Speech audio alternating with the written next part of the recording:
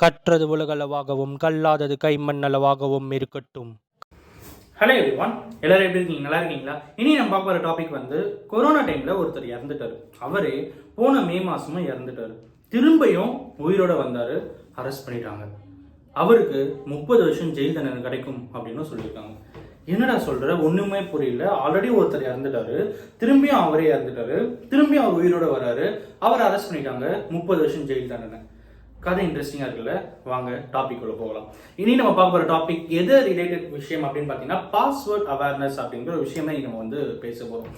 இதற்கும் இந்த சம்பவம் எல்லாமே நடந்தது வந்து அமெரிக்காவில் தான். பட் அமெரிக்காவில் நடந்த சம்பவத்துக்கும் இந்தியர்களுக்கும் தொடர்பு இருக்கு. நான் ஸ்டார்டிங்ல இருந்து என்னமோ சொல்றேன், ஆனால் எதுவுமே புரியல அப்படின்னு நினைக்கிறீங்களா? வாங்க. ஜெஸ்ஸி கிஃப் அப்படிங்கிற ஒரு பர்சன், அவர் வந்து ஒரு ஹேக்கர். ஓகேங்களா? அவர் என்ன பண்றாரு, ஒரு கொரோனா டைம்ல ஒரு டெத் சர்டிஃபிகேட்டை வந்து கிரியேட் பண்ணும் அப்படின்னு சொல்லிட்டு state of Arizona, state of Hawaii அப்படிங்கிற சில ஸ்டேட்ஸோடைய, அதாவது அமெரிக்காவில் இருக்கிற சில ஸ்டேட்ஸோடைய அஃபிஷியல் வெப்சைட்ஸை ஹேக் பண்ணுறாரு. ஹேக் பண்ணி அதில் ஸ்பெசிஃபிக்காக டெத் சர்டிஃபிகேட் சைட் இருக்கு பார்த்தீங்களா, அதையும் ஹேக் பண்ணுறாரு. அதையும் ஹேக் பண்ணி அதில் தன்னைத்தானே பற்றிய டீட்டெயில்ஸை போட்டு, அதாவது அந்த ஜெஸ்ஸி கிஃப் அப்படிங்கிற ஒரு கொரோனா டைமில் மூச்சு திணறல இறந்துட்டாரு அப்படின்னு சொல்லி, கொரோனா டைமில் இறந்துட்டான்னு சொல்லிட்டு ஒரு ஸ்டேட்டில் வந்து டெத் சர்டிஃபிகேட்டை ரெஜிஸ்டர் பண்ணியிருக்காரு. அவரே வந்து ஆன்லைன் வெப்சைட்டில் ரெஜிஸ்டர் பண்ணுறாரு.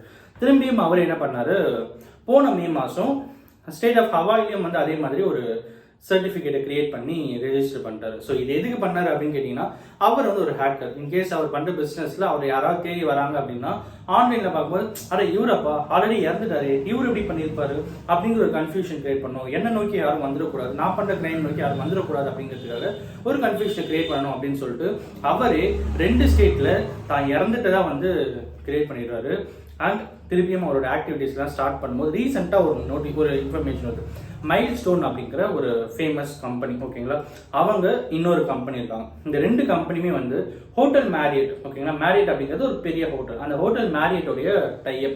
இவங்க இதை வந்து இந்த இன்டர்நெட் ப்ரொவைடிங் வெப்சைட் சர்வீஸ் இதெல்லாமே வந்து அவங்க ஹோட்டல் மேரியட்டுக்கு வந்து பண்ணிட்டு இருக்காங்க அப்படின்னு சொல்லிட்டு சொல்லப்படுது. ஸோ இந்த ஹோட்டல் மேரியட்டோட டேட்டா வந்து லீக் ஆயிடுச்சு அப்படின்னு சொல்லிட்டு ஒரு நியூஸ் வந்து ஸ்ப்ரெட் ஆகுது.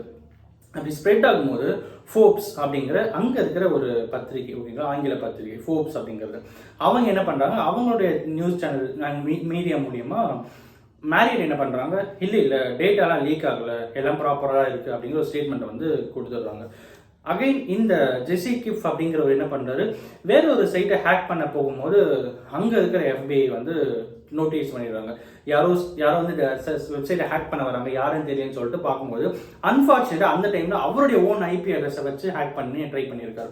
ஸோ அப்படி ட்ரேஸ் பண்ணும்போது இவரோட டேட்டா வந்து இன்னும் இது ஆல்ரெடி இறந்துட்ட மாதிரி டேட்டா வருதுன்னு சொல்லிட்டு ஸ்பாட்டுக்கு பிறகு அவர் வந்து அரெஸ்ட் பண்ணுறாங்க. அரெஸ்ட் பண்ணி கூட்டிகிட்டும் வந்துடுறாங்க. சரி, ஓகே, இவ்வளவும் சொன்னேன். அது இது எல்லாத்துக்கும் மேலே இன்னொரு விஷயம் என்ன அப்படின்னு பார்த்தீங்கன்னா, இந்த அரெஸ்ட் பண்ணி கூட்டிகிட்டு வந்த அவர் என்ன பண்ணுறாரு, ஹோட்டல் மேரியட்டோடைய டேட்டாவை வந்து லீக் பண்ணுறாரு. எங்கே லீக் பண்ணுறாருன்னா, ரஷ்யாவில் ஒரு ஃபேமஸ் இல்லை, ஒரு டார்க் வேர்ல்டில் இருக்கிற ஒரு கம்பெனி, ஓகேங்களா, ஆன்லைன் இந்த மாதிரி டேட்டாஸ்லாம் பர்ச்சேஸ் பண்ணுற ஒரு கம்பெனிக்கு வந்து மேரிட் ஹோட்டலுடைய டேட்டாவை சேல் பண்ணியிருக்கேன் அப்படின்னு சொல்லிட்டு ஒரு ஸ்டேட்மெண்ட் கொடுத்த ஒரு பக்கம் வந்து சொல்லப்படுது. அண்ட் இன்னும் என்னென்னலாம் பண்ணியிருக்காரு அப்படின்னு பார்த்தீங்கன்னா, 22 ஃபேக் லைசன்ஸை கிரியேட் பண்ணியிருக்காரு. 3900 ஹோட்டல்ஸோட டேட்டாவை வந்து சேல் பண்ணியிருக்காரு. அந்த ஹோட்டல்ஸோட நேமை வந்து ரிவீல் பண்ணல. பட் 3900 ஹோட்டல்ஸோடைய டேட்டாவை, விச் மீன்ஸ் என்ன டேட்டா அப்படின்னு பார்த்தீங்கன்னா, இப்போ யூஸ்வலி நம்ம டேட்டா ஹோட்டல்லாம் நம்ம போயிட்டு ஸ்டே பண்ணுறோம் அப்படின்னும் போது நம்மளுடைய KYCலாம் கொடுப்போம், நம்மளுடைய பேன் கார்டு, நம்மளோட ஆதார் கார்டெலாம் கொடுப்போம், அதை அவங்க ஸ்கேன் பண்ணி சிஸ்டமில் அப்டேட் பண்ணி வச்சுருவாங்க, ரைட்டுங்களா. ஸோ அந்த மாதிரி இருக்கிற ஒரு 3900 mobile number, email ID, address, KYC document சொல்லிட்டு எல்லாமே ஒரு 3900 ஹோட்டல்ஸோடைய டேட்டாவை வந்து சேல் பண்ணிடுறாரு. அது மட்டும் இல்லாமல் விமென்ஸோடைய ஹெல்த் டேட்டா வந்து ஒரு சில ஹாஸ்பிட்டல்லேருந்து விமென்ஸோடைய ஹெல்த் டேட்டாவையும் வாங்கி சேல் பண்ணிடுறாரு. இவ்வளோ பெரிய விஷயங்கள்லாம் பண்ணுறாரு. அவரை கூப்பிட்டு இன்வெஸ்டிகேட் பண்ணுறாங்க. எப்படி இதெல்லாம் பண்ண அப்படின்னு கேட்கும்போது, மேரியட் ஹோட்டலில் 2 பேர் இருக்காங்க, அவங்க 2 பேருடைய பாஸ்வேர்ட்ஸ் வந்து எனக்கு ரொம்பவே வந்து அவங்களுடைய வெப்சைட்ஸ், அவங்களுடைய பாஸ்வேர்ட்ஸை ஹேக் பண்ண எனக்கு ரொம்பவே ஈஸியாக இருந்தது அப்படின்னு சொல்கிறாரு. யார் அந்த 2 பேர் அப்படின்னு பார்த்தீங்கன்னா, அந்த 2 பேருமே அன்ஃபார்ச்சுனேட்லி வந்து இந்தியன்ஸ். அவங்க என்ன பண்ணுறாங்க, பாஸ்வேர்ட்ஸ் வந்து ரிப்பீட்டடாக வந்து ஒரே பாஸ்வேர்டே அகைன் அண்ட் அகைன் வச்சுக்கிற மாதிரி அந்த அவங்க மெமரிக்கும் கரெக்டாக இருக்கும் அப்படின்றத யூஸ் பண்ணியிருக்காங்க.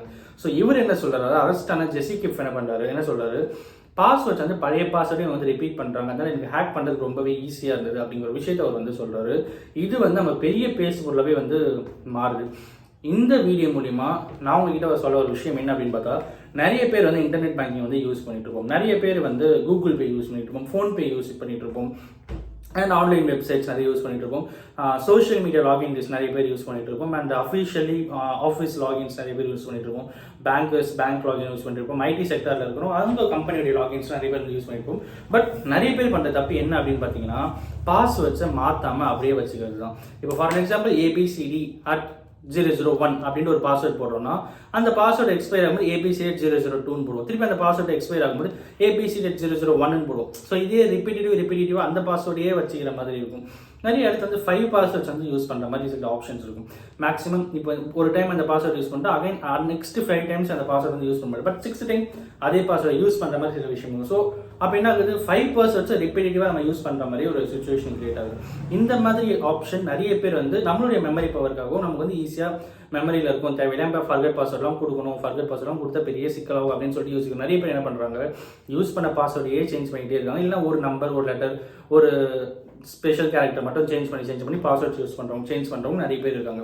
ஸோ இந்த மாதிரி இருக்கிறதுனால இங்கே ஒரு மிகப்பெரிய ஸ்கேமே ஒன்று நடந்திருக்கு அப்படிங்கிறது வந்து இப்போ வந்து புதுசாக பார்த்துருக்காங்க. எல்லாத்துக்கும் மேலே ஸ்கேம்ஸ் முன்னாடி சொல்கிற மாதிரி எங்கே எப்போ எப்படி வரும் அப்படின்னு சொல்லிட்டு யாருக்குமே தெரியாது. பட் இருந்தாலும் சில ஸ்கேம்ஸ் அப்படிங்கிறது நம்மளுடைய கண்ட்ரோலையும் மீறி நடக்குது அப்படிங்கும்போது அந்த எல்லாத்துக்கும் மேலே அந்த ஸ்கேமில் இன்டைரக்டாக நம்மளை டிபெண்ட் பண்ணி தான் அந்த ஸ்கேமே வந்து நடக்கும். விச் மீன்ஸ் நம்மளுடைய ஆத்தரைசேஷனும் நம்மளுடைய பர்மிஷனும் நம்மளுடைய கிராண்ட் பண்ணால் மட்டும்தான் அந்த ஸ்கேம் நடக்கிற விஷயம் மாதிரி எல்லா இடத்துலையும் ஸ்கேம் சுற்றி அங்கே தான் வந்து நிற்கும்.